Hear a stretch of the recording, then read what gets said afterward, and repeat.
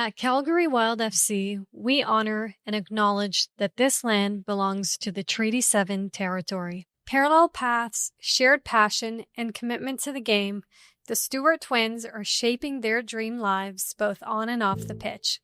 Join us as we dive into their inspiring journey and the exciting future that lies ahead. The official podcast of Calgary Wild FC. I'm your host, Farkhunda Muhtaj, midfielder and proud community ambassador for the Wild. This podcast is all about building a deeper connection between our club and you, giving our incredible fans a front row seat, uncovering stories of passion and purpose beyond the pitch. Today I'm joined by two rising stars in the world of football, Keelan and Tegan. They were part of the Canadian U15 national team that competed in the 2022 CONCACAF tournament, where they brought home a silver medal. Now they both represent the U20 Welsh national team and play together for Calgary Wild FC. Keelan and Tegan recently graduated from high school and are preparing to begin their next chapter at the University of Alberta this September. Thanks for joining me. I'm excited for this conversation, you both being so young, but also twins on the same journey. So before I begin, I'm actually going to let the followers know which one Keelan is and which one Tegan, because I'm sure it's very hard for them to differentiate. Keelan is on my left-hand side and Tegan is on my right-hand side. I'm going to start off with you, Keelan. You and your twin sister, Tegan, started playing football at just 3 years old. What do you remember most about those backyard kick-arounds with your family? The competitiveness. It was very competitive. I mean, our parents both are very athletic people, and my mom actually was the one that played soccer when she was younger. My dad played rugby, but it was very competitive. I remember shoulder checking each other into the fence, and just, it was very competitive, but it was always very fun as well. And it was great to be able to just have that someone beside me to support me and push me from a very, very young age. And it was just, I just remember, it was just a lot of fun. A lot of fun. What are some early memories for you, Tegan? Was it as fun as Keelan says? Yeah, I would agree about the competitiveness. It was super competitive. But we used to spend hours in the backyard just kicking a ball around. And just really enjoying it. But yeah, I would agree. It was had some heated moments. But yeah, no, it was just really enjoyable. It made us, I think, fall in love with the game even more, just enjoying it, having fun. And what's that development look like? I know you mentioned you were competitive from a very young age playing in the yard, but also you played together competitive outside of the yard. You played on the same teams together. You even played outside of the city at the Whitecaps. Yeah. Can you share a bit about that experience as well? Yeah, I mean, we've been all over kind of thing, and we've always been on the same team, and that's something that I've actually really enjoyed as well. I think that it's helped us, on a new team, it's always nerve-wracking, but having someone so close beside me has really helped me adjust as well. We did move to Whitecaps for a year. Our mum moved out with us, which is very helpful. Yes, I didn't know that. Yeah, so our mum moved out. Our dad and dog stayed here, but our mum moved out, so it was a bit of a rough transition. I mean, we were quite young when we moved out, so it was very just a bit of a rough experience for us in terms of just the everything just moving, and as well as just the soccer and the school. It was just a lot of changes, and it was just a rough experience. And how young were you both when you moved over? We were 13 turning 14 that year. And what was the rationale? Because I know a lot of people in Canada West go over to the Whitecaps Academy, and that's because part of the Canadian National Youth Selection process is based out of camps like that. Was that the reasoning behind you leaving Calgary? Because before, the summer before we moved, we were actually in the U15s, and then, because I think the tournament was in August, and we were moving in September, so I think that some of our teammates on the U15 national team were out there, so that was the big lure, I guess, is because there's 3 NDCs across Canada, and if you're a part of the NDC, you're pretty much it's a good stepping stone to get to that like national team level. For sure. So yeah. I can't wait till the day that Alberta gets an NDC. So deserving of it. Yeah. I've seen so many young individuals that rise from this province. Yeah. You're both included, for sure. Yeah. Now, when it comes to twins, I could never have a twin, in my opinion. I think having someone that looks exactly like you, shares most of the same hobbies as you in your both case, can be fun or can be super annoying at times. I see you both are enjoying it. Do you ever imagine a time where your passions may drift in the future, or maybe you won't take the same parallel paths you have in the past?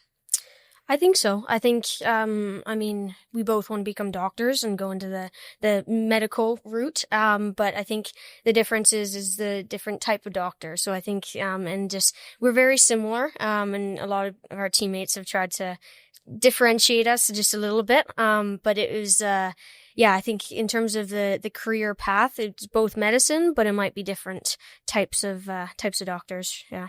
Yeah. And even, we've even considered like our next club or something like that. Like, obviously, like we're still young, and it would be great to spend our whole career with each other, but also might not be possible. So we've also considered that too, separating, going to different clubs. But I think our hope is to stay together for as long as possible. But yeah.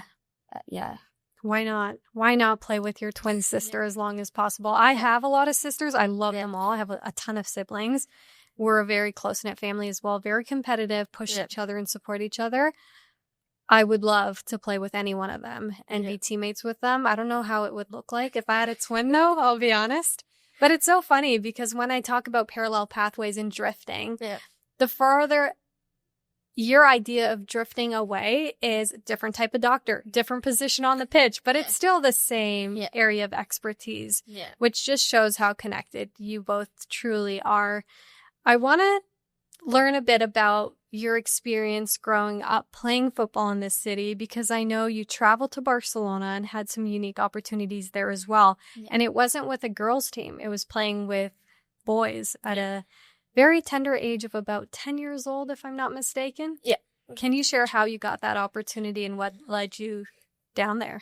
Yeah, I think we've always trained with boys, like you said, from a very young age. We started a couple years, but even before that, training with those boys teams, even within the club level. We were playing on a couple different teams due to the fact that we wanted to push ourselves. And then the Barca Academy, actually they opened up a center kind of thing in Calgary, which was all boys except for the two of us and maybe a couple other girls, but our age group was all boys. So we got the opportunity to train with them, which really pushed our development.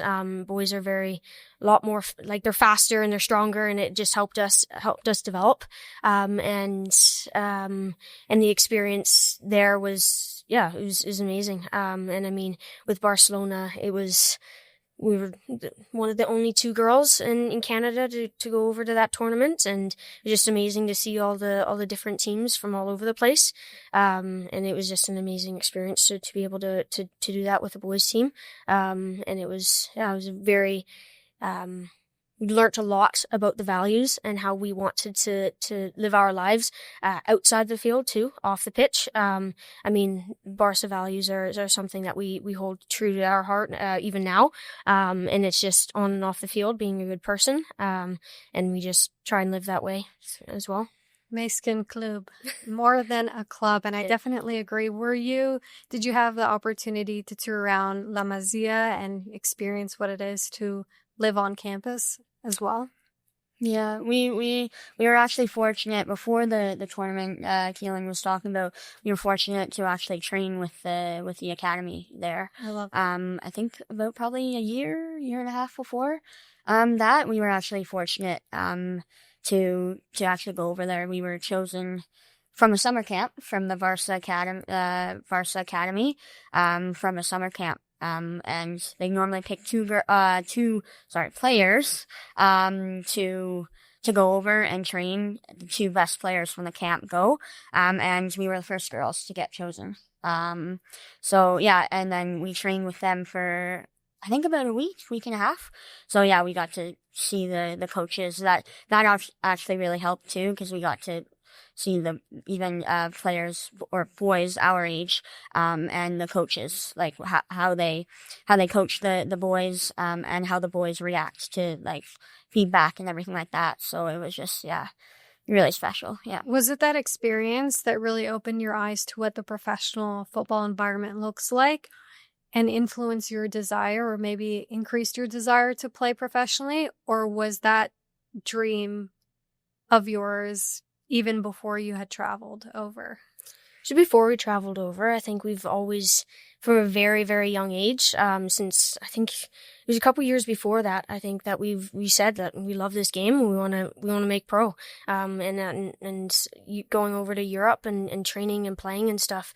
We've always wanted to do that. And we've had very ambitious goals, I would say, with that. But I think going over there and seeing how the academy works and just the level of playing style, even from a very young age, helped just push that goal almost, and it just inspired almost us, or me at least, to be able to go like, actually, I really want to do this. Yeah. And it just, yeah, I think it just pushed it a little bit more. Do you want to hear a really funny story about Barca? Because you both are Barca fans. Yeah. I'll share it with you. I'm a huge Barca fan as well. Love the playing style. Yeah. So I was invited by Barca a couple of years ago to watch Xavi's first La Liga match and Champions League match. Yeah. It was exceptional. But on top of that, I was also invited to speak and present for the students of La Masia, the footballers. Yeah. And the directors of La Masia were telling me, can you please inspire them to also focus on their education and instill that into them and make sure they're focused on their schoolwork as well, because I'm a footballer, but I also have a teaching background. Yeah. I have my education degree as well. And I was like, of course, they both are so important to me. And so I'm instilling all these values into the students while I'm chatting with them. And I look back at those photos, and the cohort of the students that I was speaking to were Lamine Yamal, Gavi, Fermin Lopez, and I laugh because I'm like, they're probably looking back at that and they're like, you see, we told you we didn't need school. We're way better off. Yeah. And it makes me laugh. It truly does. The fact that I'm instilling so many values in them that, I mean, education's great for sure, but there's a lot you can do outside of it, clearly. Sure, so that's just a little funny story from there. How did it feel representing Canada at the U15 CONCACAF tournament and then even earning a silver medal to go with it? Yeah, I think it was really special. Because from a young age, we've always watched the Canadian national team. We were lucky enough to actually watch some games in Edmonton. I think it was for the World Cup. 2015 World Cup. Yeah, we actually got to skip a couple of days of school. Lucky enough, our mom and dad drove us up there. So, we've always watched the Canadian national teams, and we've idolized players. And I mean, we're playing against some of them right now, so it's pretty cool. But yeah, no, it was just a dream come true for both of us, because we've always dreamed of representing our country. And yeah, it was a dream come true, and really special to wear the Canadian jersey for the first time. I know I got goosebumps when I put on the jersey. But yeah, I know it was just really special. Yeah, I can imagine. Who were some of your idols on the Canadian women's national team growing up? For me, it was Jessie Fleming. Okay. I had all of her jerseys. Every single jersey I got from I had her on my back. And I mean, she went to Chelsea, which was a big move. But yeah, I know, like, and now she's at Portland, and I just love her as a player. And we were actually fortunate enough to meet her when we were in Vancouver. And we got to chat with her for probably 10 minutes. But yeah, no, I've always idolized. She's probably the person I've idolized the most on the women's side. How about yourself, Keelan? Similar. I would say Jessie Fleming has definitely been someone that I've idolized as well, from a young age. I know she started in the national team program quite, even in the women's side, like the national, team pretty early as well, early age. But yeah, I think she's someone that I've always idolized, as well, from a young age. Yeah, fantastic midfielder, great vision, distribution. Yeah. It's funny because when you ask footballers that actually play at a higher level who their favorite footballer is, they usually will say someone that plays in their position. Yeah. Whereas if you just ask the generic fan, it's always Messi, Ronaldo. Anyone that scores the goals will be their favorite. Yeah.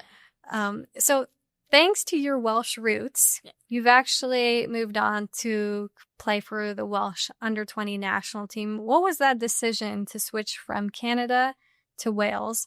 And how has that journey been so far with the Welsh national program? It's been really good, actually. We've always considered Wales our second home. Our mom has some very close family from there and still there. And we've always kept in contact with them and tried to go over. I mean, COVID ruined a bunch of travel plans, but we've always tried to go over every couple of years, and we're very close with the family there, so we've always considered it a second home. And to be able to represent Wales as well it's been pretty special for us, considering those family roots and the experience so far. We've played against some top youth national teams so far. I mean, we've gone over to Portugal twice. We've played their U19 team a couple times, as well as Poland and Finland, and those experiences, they're amazing. Get to play against some of the top girls from those countries. And even within Wales, the support behind the youth national teams, there are something that I didn't even expect. They have so many backroom staff, and even the coach, our coach wants almost monthly check-ins with us, making sure we're doing okay and just going through our development, and just keeping in contact with us. And it's something where there's little things where it's like they're unexpected, but they're really, really nice, especially being really young. And I know we haven't been with their program or in their system for very long, but it seems like they're really invested in us. And I think that's part of the reason why we made that switch. Just the amount of support that we feel from everyone, even including the girls over there. It's just been incredible so far. That's so nice to hear. How about you, Tegan? Would you agree with everything Keelan said? Yeah, I agree. It's been really special. And yeah, it's also, like Keelan said, most of our family is from there.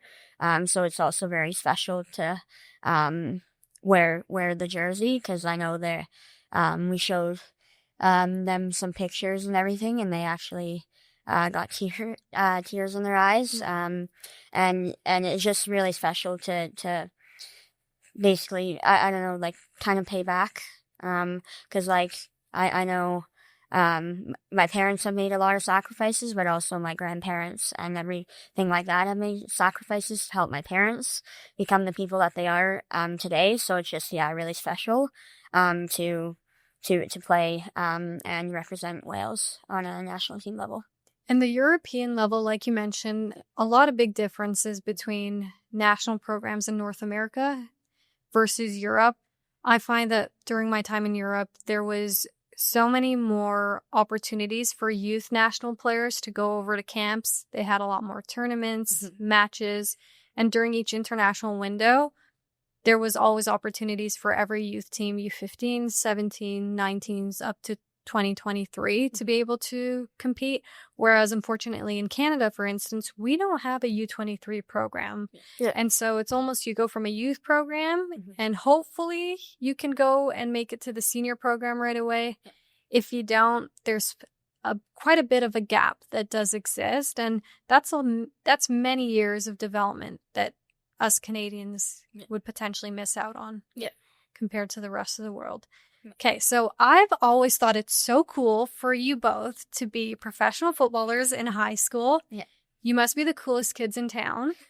When I graduated high school, there was no professional football. When I graduated university, there was none. When I graduated teachers college, my BEd, there was none. So had to go abroad. The fact that you didn't even graduate high school before you had to play pro is impressive, and you also made it. Yeah. So that's incredible. Congrats to you both. What is it like balancing high school education with university? And how do your peers and teachers associate with you knowing how successful you are even before graduating? It was definitely a lot. I mean, we were going in to write tests at 7 a.m. Before training, and we weren't done training sometimes until 5. And it was long days. And our school, our teachers were incredible. The vice principal opened up the school for us at 7 a.m. He would arrive early. We were the only 2 in the school, arriving before any of the other teachers, and we were writing tests, and he was supporting us. And even the other teachers, they were very understanding on sometimes we might not be able to meet the deadlines. And I mean, we were at Bishop Carroll, so it's a flexible learning anyways. So we don't have set schedules, but it was they were very understanding of like, we were going to be traveling. We have long days. We're training for 3 to 4 hours every day, sometimes even more. And they were just very, very understanding towards that. And even one of our closer teachers, our TA, she knew the amount of hard work that we did even before going into Wild. We were still leaving school a bit early and doing all the extra training and different things, but she was very, very helpful in order to manage our schedule, make our schedule with us, to be able to make sure that we can write the diplomas and stuff in July. Or in June, end of June. So she was very, very helpful. And all the teachers and stuff were very understanding for sure. And it was a lot, but we got through it. So it was nice to finally be able to just finish. Yeah. Got through it. Now it's going to be quadruple the load when you go into university. Yeah. You got this. I believe in both of you. Tegan, you scored Yeah. first ever goal with the Wild. Yeah. The day you graduated high school. Yeah. Was that the best day of your life so far? Probably one of them, yeah, for sure. Yeah, it was pretty special. It was even more special because some of my grandparents are in Halifax, so I got to score against their hometown club. My parents are also from Halifax too, so, but yeah, no, but yeah, no, it was really special. Yeah. I mean, going from grad right to a game was a little stressful. But yeah, it was very, very special, to be able to score my first goal. And yeah, especially day of graduation. Yeah, a bunch of my teachers were watching the game and everything like that. And yeah, they were super pumped that I scored my first goal on the day. Fantastic goal as well. And for both of you, obviously balancing education and professional football, clearly your academics are just as important as your athletics for you both. Yeah. I love that. Now, it seems to be a trend for young female athletes to skip post-secondary education to go straight into professional football. Mm-hmm. You decided to do them both. Yeah. Is that one of the main reasons why you decided to stay home and play for Calgary Wild FC? I think it was a little bit of it. I think at the same time, it was a decision that we had a lot more support here. I know we were planning on, before the Wild, before we started the talks with the Wild, we were planning on moving over to Germany and joining one of the pro academies over there, and one of the, I think it was U20 team. So we were planning on doing that and still going to we were going to go to university there. And we did have family, friends, and everything like that over there. So we did have people we knew in the city. And I think just when the Wild came with an offer, and we had the conversations with Alex and Lydia, I think we just decided to stay. It was a school, but it was also just, we had a lot more support. Our parents, our home, friends, family, and even just like our coaches, like past coaches and different things. And it was kind of a decision where, just all of those things together, I think it was just something where we just said, I think we still want to go over and play in Europe eventually. But I think it was just a decision where maybe in a couple years, we'll head over. But I think would have been really young to move over and overseas without our parents. Of course, and no rush, right? You have a huge career ahead of you, whether that's here, abroad, or elsewhere. When the time is right, you'll decide what to do and what makes sense for you. Yeah. Tegan, I want to ask you, what's been the biggest learning moment so far for you during your first professional contract? Well, definitely learning how to balance schedules, and taking days off. I think, and like listening to your body, because I think definitely, we, just want to, I don't know, train, like, be touching the ball, and continue to develop. But, I think that's the biggest adjustment for at least me, is learning when to, like, push and when to just, like, relax and everything like that. And now school's done, that's easier.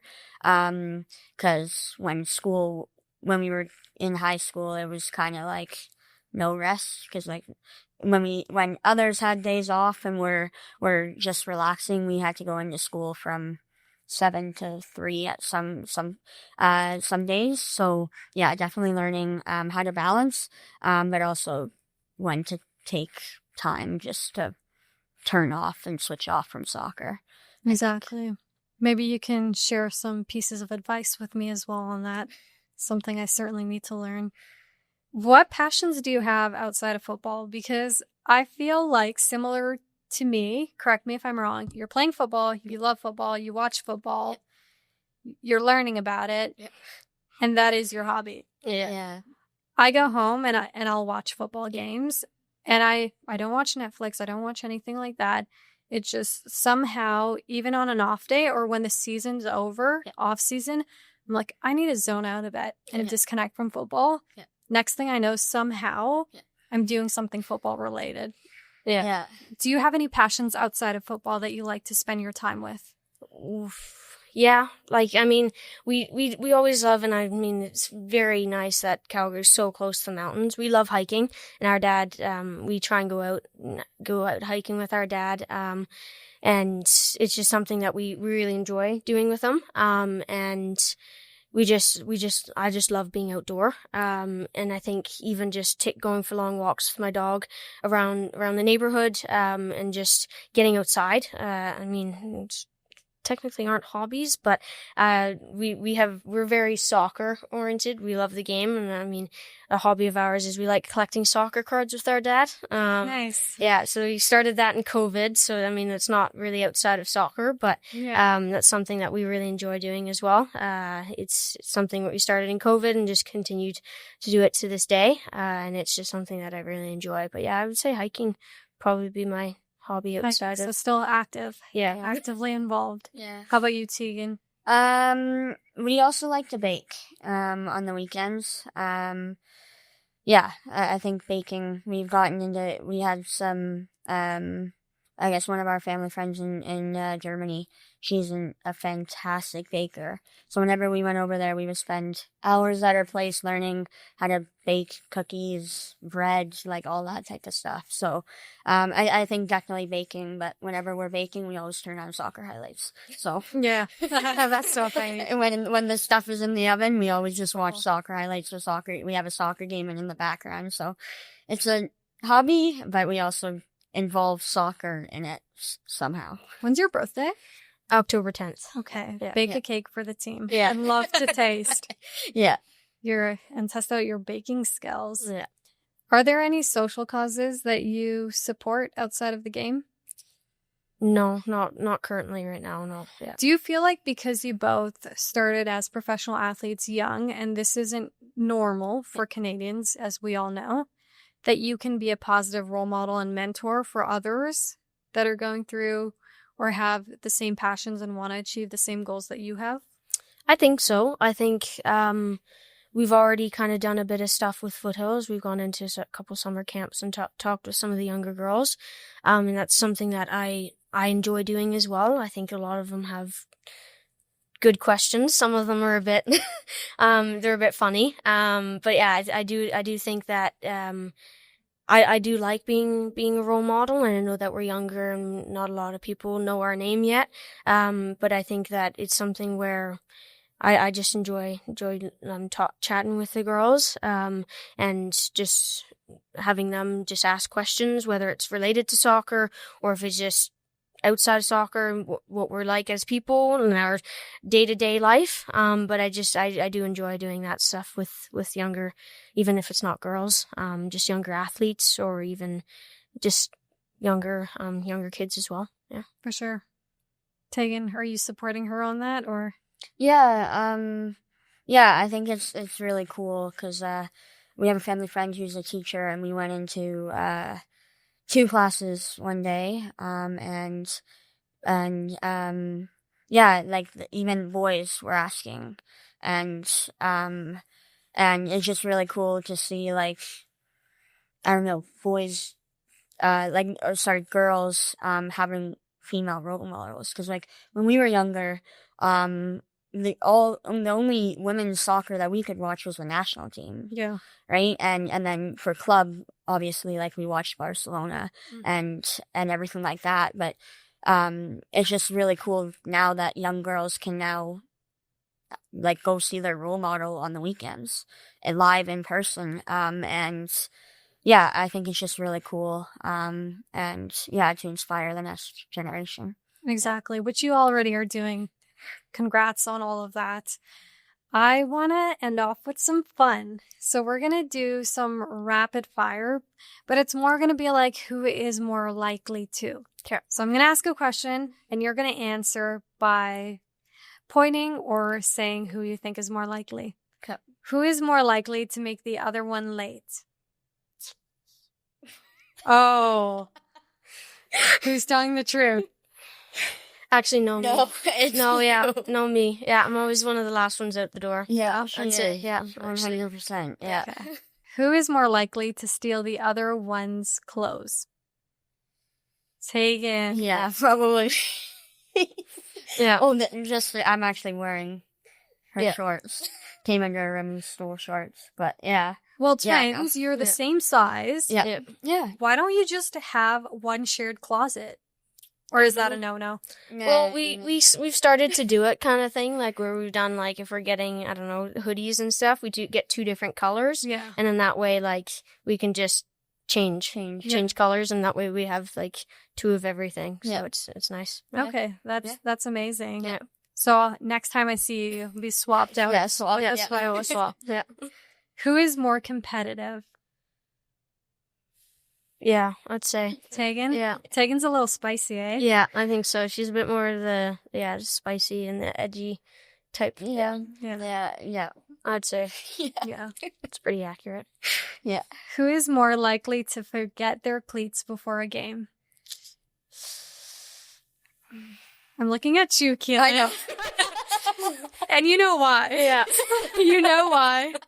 What was it that you forgot? Was it your passport when we were going to the airport? Yeah, I forgot my license. My yeah. No one called. I was. Yeah, I was. Yeah, we were halfway there. Like, I forgot my license. What do I do? I'm like, I don't know. I'm not with you. Like, yeah, we're halfway to the airport. Yeah, it's right around the corner. Stressful. Yeah. I felt so bad. I'm like, you're gonna miss the flight. I would have drove you back, but I was gonna miss it. And I'm like, I know. Keelan, if you gotta miss it, I ain't missing this flight. Yeah.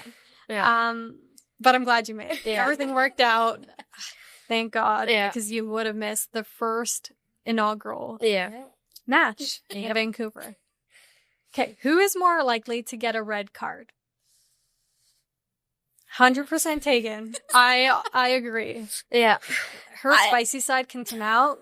It wouldn't be because of a nasty challenge. It'd probably be me saying something to the ref. To be honest, like, sometimes I think it would be the competitive side would take over. Yeah. For sure. I think Just say something you don't need to. Exactly. Yeah. And who is more likely to become a coach one day? I guess you both want to become doctors, so. Well, I think we've considered being coaches too. I mean, it's something that I've funny because our family friends in Germany, they always ask us to analyze games, and they're like, okay, you've got to become a coach. Like, so I think both of us have considered possibly doing that as well.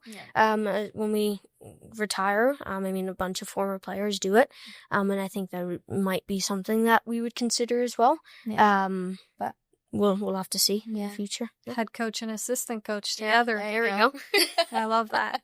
Well, thank you so much for this amazing conversation, Keelan and Tegan. I want to leave you with one question. I'm going to start off with you, Keelan. What is the best football memory you share with Tegan? I'd have to say something that's pretty special. I mean, signing with the Wild is something that's been amazing, and I'm really happy that we could do it together. I think also stepping on the field together at the La Masia, I think that was also pretty special. And I think watching Champions League games at Barcelona as well, at Camp Nou. I know it's getting renovated, but the old one, that was also pretty special. 99,000 or something were there, I think, close to it. Yeah. It was pretty special, I think, as well, to share that with each other. But I think I would probably have to say the training that we did in Barcelona, I think, was pretty special. That the fact that we could do it together, and only 2 girls there, I think it was pretty special for me. Yeah.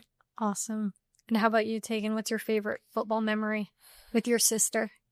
I was going to say that, but I'm going to pick a different one. I'd say going over to Germany. I think that really, like, we obviously wanted to go pro for a while, but I think, like, going over to Germany, and we had to do a couple of trials, but after the first trial, they're like, yeah, okay, we're actually serious, and we want you to continue to come over. So we went over there 4 or 5 times, and that just really, I think, helped us believe even more that even at a young age, we can make it, in the next couple of, because we were 15, 16, and it just really helped us be like, okay, we can actually make it when we were 17, 18, which is really special. 2 unique memories, powerful ones. I want to thank your parents as well for being so supportive of you both and taking you around the world to experience this. Yeah. But awesome conversation. You both are mature beyond your years, so I felt like I was speaking to someone my age. Thank you, and I wish you an incredible season ahead. Yeah, thanks for having us. Yeah, thanks. Absolutely. Hey, Wild fans, enjoying the conversation so far? We've got more great insights on the way. But first, subscribe, comment, and share with a friend. Now back to the show. Welcome back to the Wild Journey. Today we have Erica Wiebe as our special guest. Erica is a retired Canadian Olympic wrestler and a 2016 Olympic gold medalist in the women's 75-kilogram freestyle category. After officially retiring from competition in 2024, she transitioned into sport leadership, serving as the manager of athlete relations, Safe Sport, and DEI at the Canadian Olympic Committee. Erica is also a wrestling broadcast commentator and a successful coach. Welcome to the podcast, my friend. Oh, thank you. It's good to be here. It's so nice to have you. Since the day I've met you, I've been so impressed by all of your achievements, both in sport and off. I can't say pitch. Rink. I don't know what they call wrestling. Mat. The mat. Yes. Wrestling mat. But yeah, you do quite a bit in the community. You're a successful athlete as well. I came to learn that you started wrestling in grade 9 when you saw a poster for co-ed wrestling at your high school. Yeah. And that later led you on to this Olympic journey. Can you walk me through how that initial moment has influenced the rest of your life? Oh my gosh. Well, I do want to say first and foremost, I actually had my first love, which was soccer. Okay. And so I actually played like at a really high level. I played on the Ottawa Fury Academy team, which they played in the NWSL. So like my youth, I spent actually watching Diana Matheson play soccer every single day and so many other legends of Canadian sport. So I was just like surrounded by like strong, incredible female athletes. I was a goalkeeper. Don't judge me. I've seen all the content about crazy goalkeepers. And, but I was really like, I just love sports. I love doing new things. And so, you know, I was playing soccer at a really high level, but me and my best friend, And we saw that sign posted outside the gymnasium door, and it was like co-ed wrestling practice. And I was like, what? And it was wrestling practice, not tryouts, because the very unique thing about wrestling is there's no tryouts, there's no cuts. Okay. It's like literally if you can survive, you make the team. And so we joined wrestling in grade 9. I immediately fell in love with it. Just like the technical components of it, the physicality of it, like the intensity, I loved it. And so throughout high school, I, joined a wrestling club while I was still playing really high level soccer. Yeah. And then kind of the summer of grade 11, actually, I almost had to make a choice because I had made my first ever Canadian national team for wrestling. And I got the opportunity to travel internationally. And I actually remember I was on a training team for the Canada Games. And it took me away from my soccer training. And I also rolled my SATs that summer to help prepare for being recruited for soccer in the NCAA. And so I started having discussions with NCAA coaches about going to play soccer in college in the US. But like slowly my heart was like growing and changing around this passion that I had for wrestling. So going into grade 12, I had to make this like really tough decision. And I finished my summer soccer season at the national finals in Florida with my Ottawa Fury team. And I decided that was going to be the last like game I ever played. And I decided to really see where wrestling could take me. And wrestling wasn't even an Olympic sport when I started. Wow. It was just something that I like loved to do. It became an Olympic sport in 2004. So that was like a year after I started wrestling. And then it's just like exploded throughout my career. And so I made the decision in grade 12 that I was going to pursue wrestling. I got also recruited in Canada by a lot of schools. Women's wrestling actually didn't even exist in the US or barely. So there was no pathway there. My parents were really disappointed because they were like, what? You put all this time and energy into soccer. Why are you doing this? They're still a little bit confused. No, I'm just kidding. But yeah, then I moved, I grew up in Ottawa. And so I moved across the country to come to the University of Calgary, become a dino and make this place my home. And really the thing that I like to say is like, I was looking for a place to be great, a place that had the best facilities, the best coaches, the best environment. And when I did do my visit to UC, it was like this Chinook Saturday that I'm sure you've experienced at Chinook now. There was like 10 centimeters of fresh snow on the trees. The sun was shining. It was 10 degrees in the winter. And I was like, wow. And like the community was just so intense and loving and friendly, which I'm sure you've also experienced as a new Calgarian. 100%. And I was just like, yeah, I got to make this place my home and this place where I start this journey in wrestling. I love that journey because I had no clue you were into soccer at any point, and I didn't know that you played at a high level, wanting to play NCAA, and then just shifting completely because wrestling is an individual sport, completely different from football, and then wanting to pursue this when technically when you began, there wasn't a lot of opportunities for wrestling in general, especially females, I would imagine.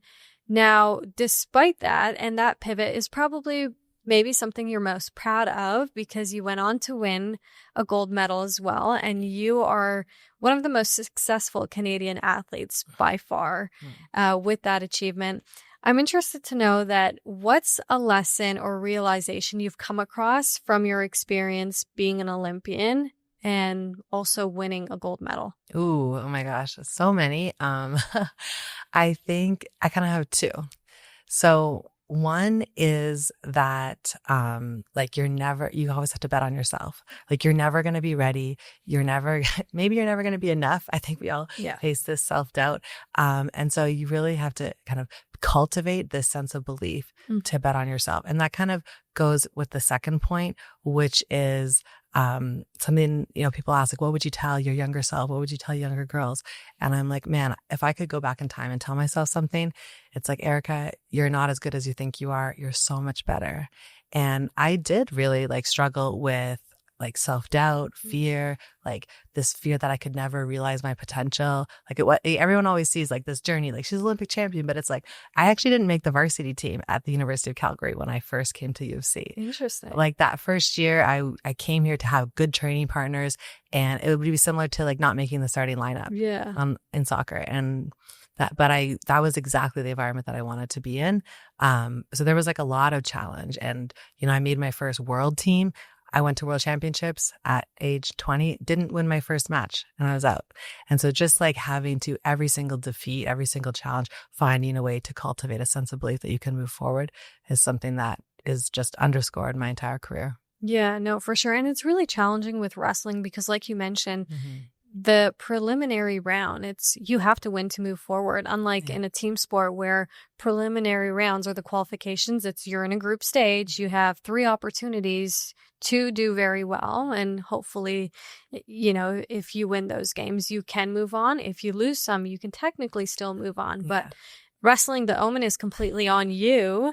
There's no one else to blame for any mistakes. And I think as athletes, in general, we take accountability and ownership of our actions, and specifically when you're an individual sport.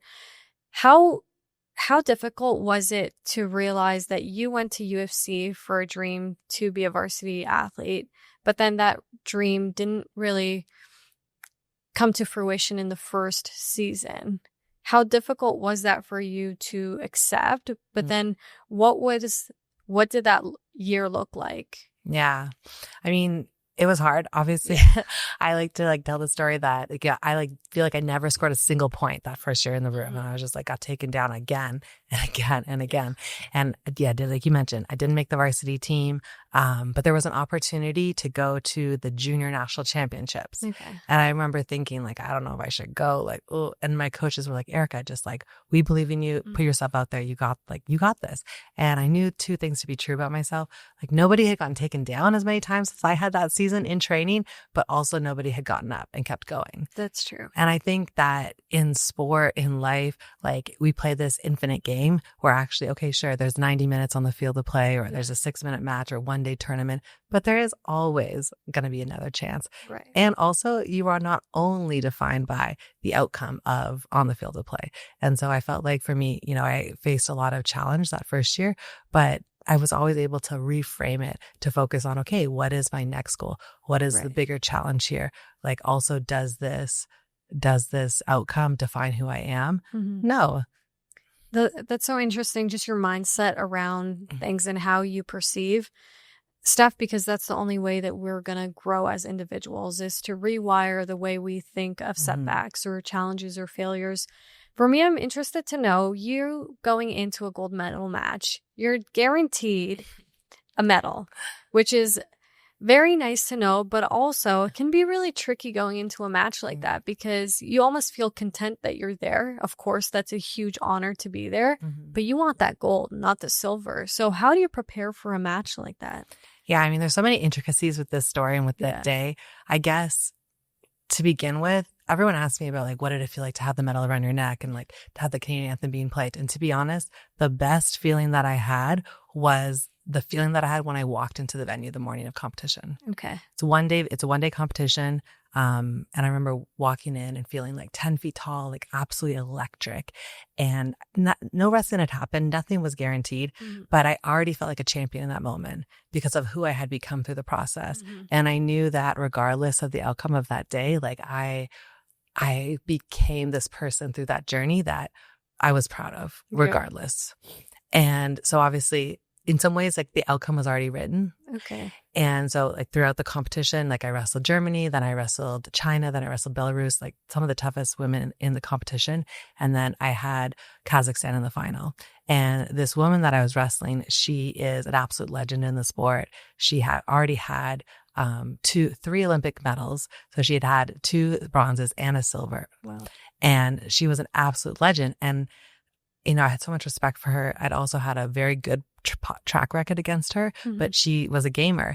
And I actually remember going back to the village and chilling in my bed before the competition, reflecting on the moment that I had, thinking about things. And I remember being man, Guzel, she's a really good friend of mine. I was Guzel, she's already got the bronzes. She's already got the silvers. Man, she probably really wants the gold. But I was not today.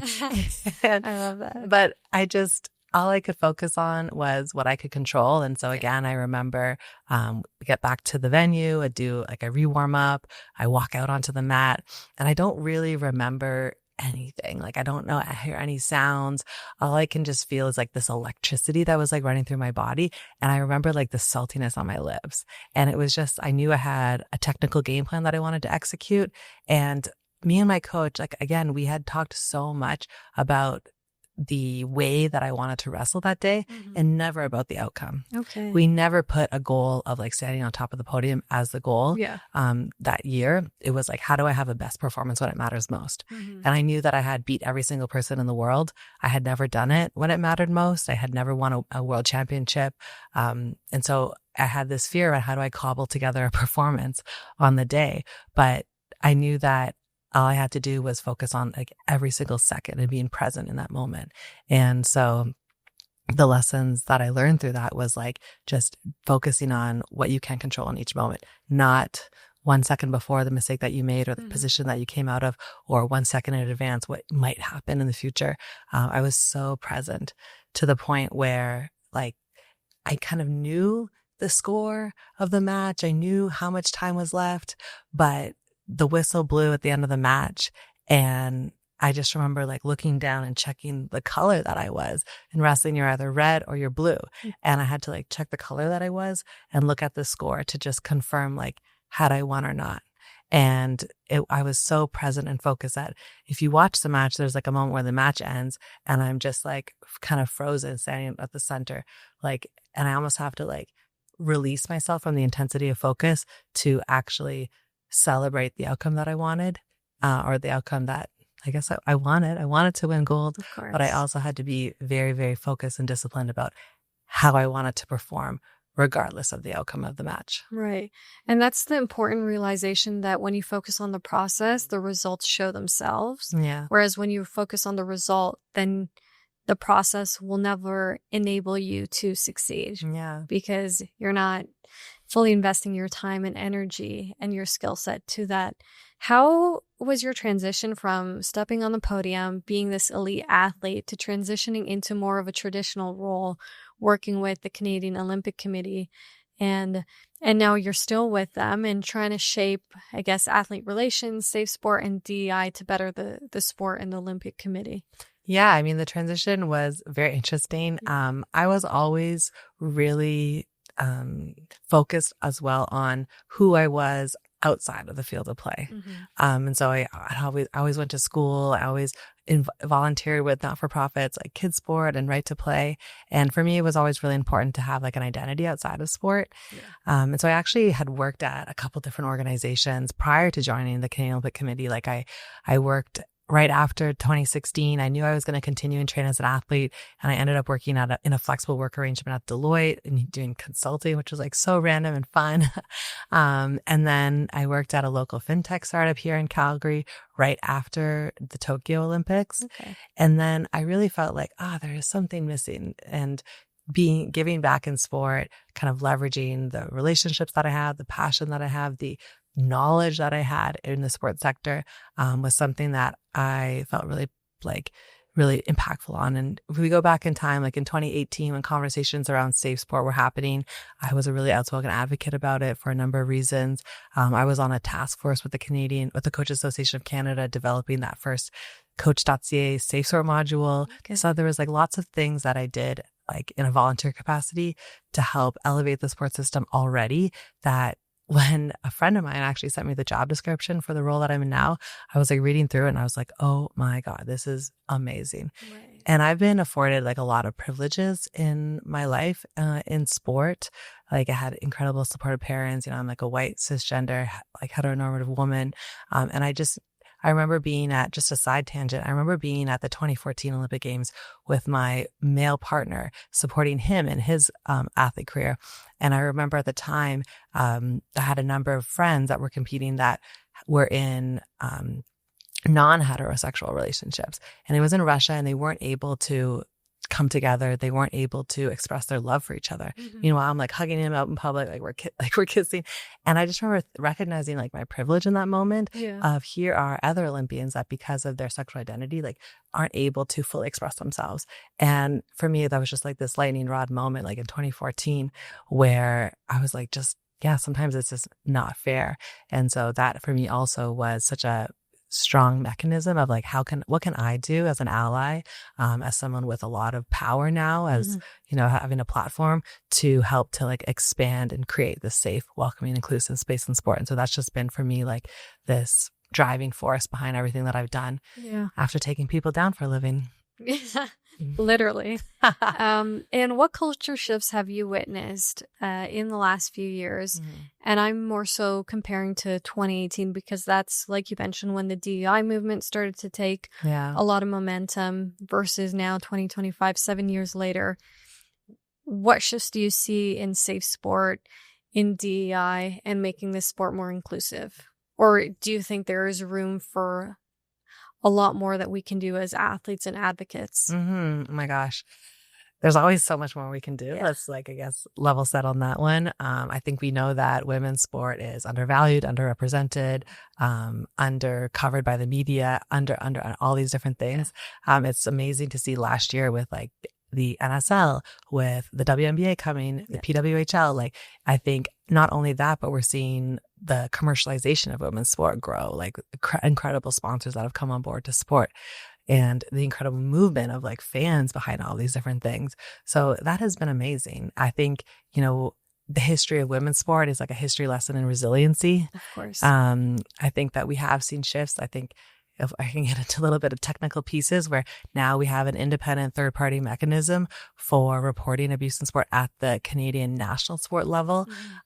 We have, stronger policies and programs at the national level and international level. We have kind of this understanding how important representation is and how important that is. And still, I think there's barriers around funding, access, infrastructure. And it's super interesting and challenging. And that's why we need to keep going. And I think also we're seeing, a attack, maybe. No, that's a good word. An attack on women's sport, an attack on equity, when I think about the international level in the US right now. And so again, it means that we need sports leaders from all different areas to continue to stand up, to advocate, to show up, and to support financially. Yeah. I mean, it's interesting when you see the waves of advocacy that come with things around DEI inclusion. And also the momentum that's lost at times when certain nations can totally influence the perception of others. I think specifically with what's happening in the US, we see the trickle effects. Europe sees it. Funding is cut with just community-based organizations or advocacy-based organizations. And I think that's when we as athletes should ramp up even further because we're paving the path for the next generation. And if we genuinely want to leave them in a better space, then it starts with us and us having to pick up, the heavy weights now for a better future ahead. And so thank you for all the work that you're currently doing. I know we both are from Ontario, but you've lived in Calgary for quite some time. I am loving the Calgary community. I can't thank the fans enough, the community enough, and the club enough for the atmosphere that they've built. I'm interested to know, you were potentially going to be an elite footballer at some point, took on wrestling instead. What does the NSL mean to you? And then specifically the Calgary Wild, being in a city that's so close to you? Oh my gosh. I mean, it's been so cool to see the women on the field of play, the quality of the game. But to see that there's like a pathway for women to see themselves as professional players in Canada, in their hometowns. Like that is something that like just didn't exist for me. And maybe I would have been the next Erin McLeod, if that did exist. Probably not, because she's amazing. But I think so. To have Calgary, the community step up, to see incredible women in positions of leadership, looking at you, Deanna and Laura, and just it's amazing. I think we need to get a PWHL team here in Calgary. That'd be awesome. But it's just incredible to see the people like that and the work that also you're doing on the field of play and off it. So keep it up. Thank you. I appreciate it. And last thing, because you did mention that you didn't have the opportunity to play professionally here. I just want to ask, because many of our viewers might not know, although you are an Olympian and you're training towards bigger competitions like that, you can actually participate or compete rather in professional wrestling leagues, and you've done that across the globe. Can you share a bit about that? Oh my gosh. Well, I also did do a try with the WWE. Oh, no. I don't know if you knew that. I feel like you can totally be in the WWE. No. I can imagine you. I would have been so good, but I just didn't want to be famous. Okay. Which is a whole other thing. Like, I was like, I don't want that privacy of mine I want to protect my privacy. Right. Which is, I'm kind of an open book. So anyways.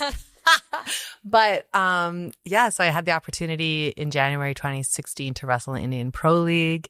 It was just a month. I lived in Delhi. It was such a cool opportunity.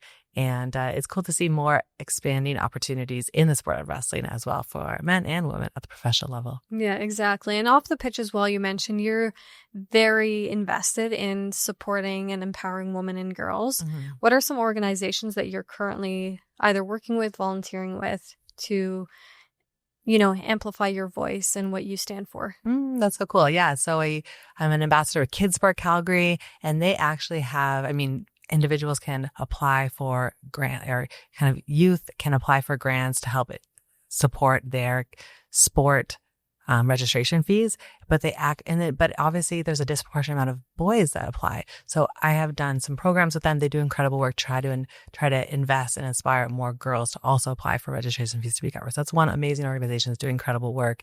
There's Fast and Female, which is an organization that's founded in Canberra that does really cool work.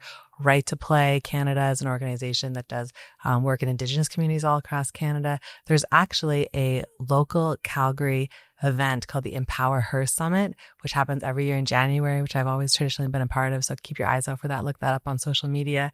And the list goes on and on. In the sport of wrestling, the first ever female Olympic champion, Carol Wynn, she's a head coach now at the Dinos at the University of Calgary for the wrestling program. Amazing. And she's doing incredible work on taking down barriers around women in coaching in wrestling, as well as just women generally getting in wrestling. So yeah, there's lots of opportunities, lots of things that are happening. Yeah. It's really good, nourishing work. You're always busy doing great things. Thank you so much for being on the podcast today. You are literally a gem inside out and a true champion to the sport and the Canadian community. Thank you, and all the best of luck on your future endeavors.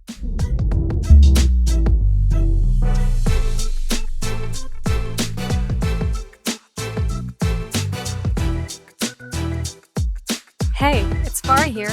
Be sure to select the next episode and enjoy some more wild content. See you soon.